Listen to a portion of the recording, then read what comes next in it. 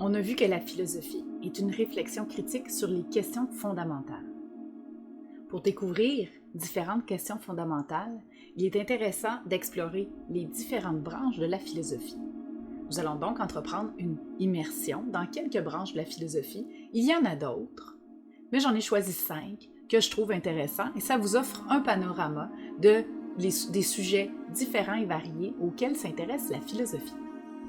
Plutôt que de faire un très long vidéo, on va organiser le tout dans une série de 5 capsules et la première commence avec l'épistémologie.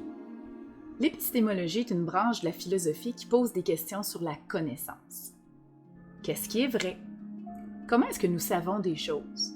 La vérité objective existe-t-elle ou la vérité est une construction de l'esprit humain? Alors, les projets spécifiques de l'épistémologie sont de mieux réfléchir, de développer son esprit critique et de construire un savoir plus solide.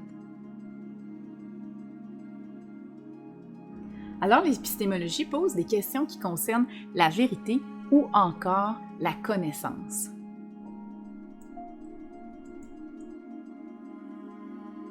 Quelques exemples de questions fondamentales en épistémologie. Comment savoir ce qui est vrai? Comment produire ou acquérir des connaissances valables? Est-ce que l'unanimité est un gage de vérité? Ou est-ce qu'il peut arriver que tout le monde se trompe et qu'une seule personne, finalement, ait raison? Et comment est-ce qu'on peut se défaire de nos croyances erronées? Ça peut sembler étrange de parler de pommes de terre avec l'épistémologie, des questions aussi précises que la vérité et la connaissance. Eh bien, au Québec, on adore les patates frites, patates chips, patates rôties, patates pilées. On est fan de patates. Les patates ont nourri les agriculteurs. Ça a été, d'ailleurs, on aime encore, on a une alimentation qui est fondée sur la patate. Eh bien, il faut savoir que la pomme de terre, chez nos ancêtres français, n'a pas toujours été au menu et que si aujourd'hui on a des potages parmentiers et du gratin dauphinois et toutes ces choses extraordinaires de la gastronomie française avec des pommes de terre, c'est parce que quelqu'un a trouvé une astuce assez incroyable pour convaincre le peuple français au complet que la patate était bonne à manger. Effectivement, pendant longtemps, il y avait une croyance erronée très enracinée dans la population que la pomme de terre n'était pas bonne à manger, que ça c'était au mieux pour les cochons, mais que jamais un humain n'allait manger une patate. On est en France, on est au moment de la famine, c'est l'enfer, les gens meurent de faim et il y a le roi qui décide de faire un concours pour quelqu'un qui trouvera, et c'est les débuts de l'agronomie, donc un concours en agronomie pour quelqu'un qui trouvera une solution à la famine qui fait rage en France et qui décime la population française et qui rend les gens absolument misérables. Eh bien, imaginez-vous donc que c'est un prisonnier qui va trouver la solution. Il s'appelle Parmentier, du même nom que le potage Parmentier, qui est fait avec des patates.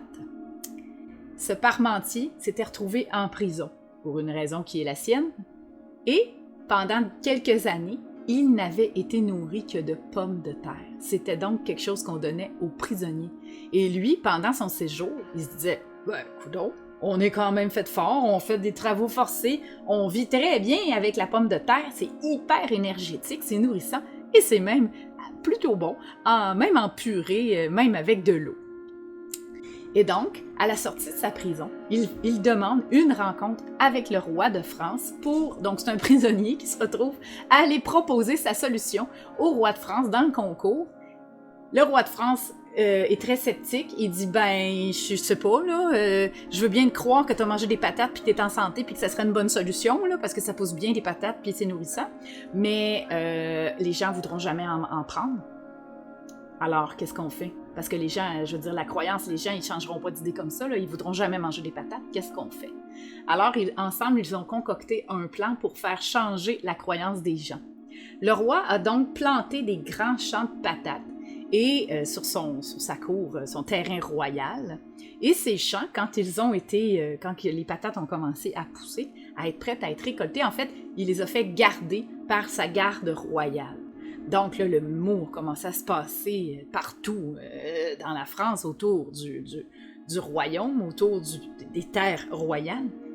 Le roi fait pousser quelque chose et c'est tellement important, ça a tellement de la valeur qu'il place sa garde royale pour empêcher les gens d'aller en prendre. Ça doit être incroyablement de valeur, ça.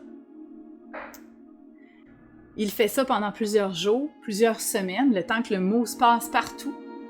Et un bon jour, il oublie de faire garder son champ de patates.